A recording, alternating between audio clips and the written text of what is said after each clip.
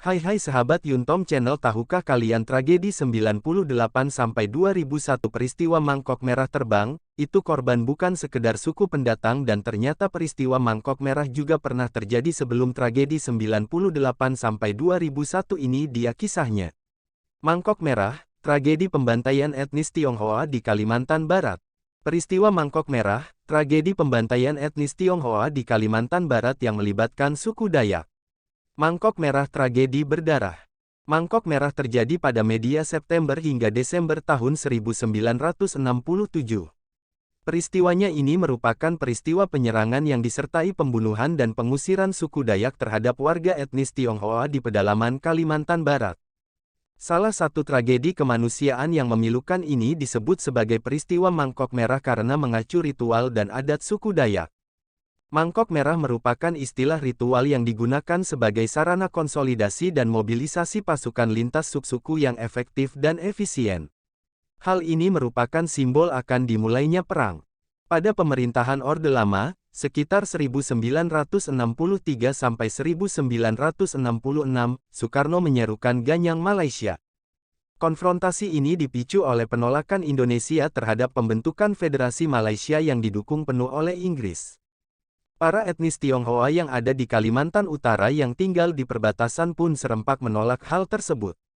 Soekarno pun mengirimkan salah satu menterinya, Oei Cu Tat, ke sana untuk menggalang kekuatan warga Tionghoa di sana. Oei Cu Tat pun berhasil mengajak para pemuda di Kalimantan Utara dan sekitarnya untuk membentuk beberapa barisan sukarela dan gerilyawan. Beberapa barisan yang terbentuk antara lain pasukan gerilya rakyat Sarawak PGRS Parakou, yang memang didominasi orang-orang Tionghoa di bawah komando seorang perwira Angkatan Darat yang dekat dengan kelompok kiri, yakni Brigadir Jenderal Suparjo. PGRS Parakou bahu-membahu bersama TNI dan para sukarelawan Indonesia lainnya menghadapi pasukan Malaysia yang dibantu bala tentara Gurkha, Inggris, dan Australia sepanjang masa konfrontasi. Setelah peristiwa tanggal 30 September tahun 1965. Merangkum artikel jurnal berjudul Peristiwa Mangkok Merah di Kalimantan Barat 1967, gagalnya pemberontakan PKI pada tahun 1965 tidak dimungkiri mengubah peta politik di Indonesia. Konfrontasi dengan Malaysia pun berakhir dengan adanya perdamaian yang dilakukan pada tahun 1966. Brigjen Suparjo pun ditangkap karena dianggap terlibat dalam pemberontakan tersebut. Pemerintahan yang sudah dipegang oleh Soeharto pun sudah tidak sejalan dengan PGRS Parakou. Para simpatisan pun memilih untuk masuk ke pedalaman Kalimantan Barat. Namun, militer tidak tinggal diam. Mereka pun mengirim pasukan dari Jawa untuk melakukan penumpasan terhadap PGRS Parakou. Militer meminta bantuan pada gubernur sekaligus tokoh yang sangat disegani orang Dayak di Kalimantan Barat, Ufang Urai. Karena pamor Ufang Urai, masyarakat Dayak pun berpartisipasi untuk memberantas PGRS Parakou. Militer melakukan propaganda di kalangan tokoh Dayak dengan menyebarkan beberapa isu bahwa orang-orang komunis tidak menyukai sistem Dayak. Para panglima direkrut dengan dalih bahwa PGRS Parakou akan menguasai Kalimantan Barat. Pangdam 12 Tanjung Pura juga mendatangi beberapa pemuka suku Dayak. Para pemuka Dayak diprovokasi dan ditanamkan pengertian bahwa PGRS Parakou adalah komunis yang tidak beragama dan orang Dayak tidak bisa hidup bersama-sama komunis. Dijelaskan pula bahwa PGRS Parakou adalah China Sarawak yang ingin memecah belah keamanan wilayah Republik Indonesia. Melalui siaran radio Republik Indonesia RRI Pontianak pada tanggal 21 September tahun 1967, Oefaang Urai mengultimatum kepada warga peranakan China untuk meninggalkan wilayahnya dan pindah ke kota kecamatan terdekat.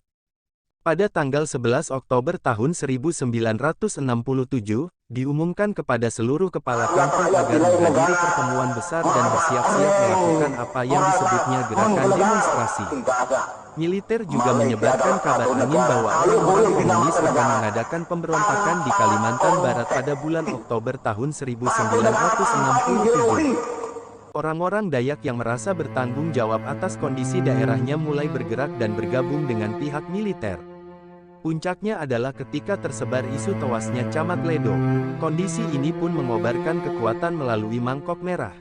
Menurut catatan Mary Somers Heidus dalam bukunya Gold Diggers, Farmers, and Traders in the Chinese Districts of West Kalimantan, kekerasan pecah pertama kali pada tanggal 14 Oktober tahun 1967 di Taom, Selatan Sanggauledo. Penyerangan yang dilakukan orang-orang Dayak ini dinamakan demonstrasi. Istilah halus ini membenarkan keterlibatan militer di dalamnya. Akhir bulan Oktober tahun 1967, orang-orang Dayak menyerang rumah orang China di daerah Anjungan, Mandor dan Menjalin. Kekerasan memuncak ketika Dayak Menyuke turut serta dalam gelombang demonstrasi tersebut. Tanggal 14 November tahun 1967 kelompok-kelompok Dayak dari pelosok pedalaman datang. Mereka bertindak di luar kontrol, membunuh bahkan dikabarkan juga memakan bagian tubuh korban-korban mereka. Setelah itu, penyerangan dan pembantaian pun terus berlangsung dan mencapai puncak pada November tahun 1967. Peristiwa Mangkok Merah mengakibatkan setidaknya 3.000 korban tewas di pedalaman. Selain itu 4.000 sampai 5.000 orang tewas di pengungsian di Pontianak dan Singkawang karena keterbatasan makanan, sanitasi, dan akses kesehatan. Itulah peristiwa Mangkok Merah, tragedi berdarah di Kalimantan Barat tahun 1967. Bagaimana teman-teman semua tentang sejarah ini? Apa tanggapanmu, dan apa yang harus dilakukan ke depannya, agar tidak terjadi lagi tragedi-tragedi di kemudian